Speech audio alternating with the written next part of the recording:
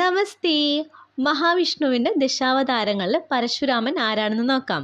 പഠിക്കാൻ എളുപ്പം, ഓർക്കാൻ എളുപ്പം. വായോ. പരശുരാമൻ. പരശു ആയുധമാക്കിയ ഭാർഗവപുത്രൻ രാമനെ പരശുരാമനെന്ന് ഇതിഹാസങ്ങൾ വാഴ്ത്തുന്നു. തേത്രായുഗത്തിൽ ശ്രീരാമൻ്റെ ഗുരുവായും ദ്വാപരയുഗത്തിൽ ഭീഷ്മരുടെയും പിന്നീട് കർണൻ്റെ ഗുരുവായും ആയോധന കലകൾ അഭ്യസിപ്പിച്ചിരുന്നു.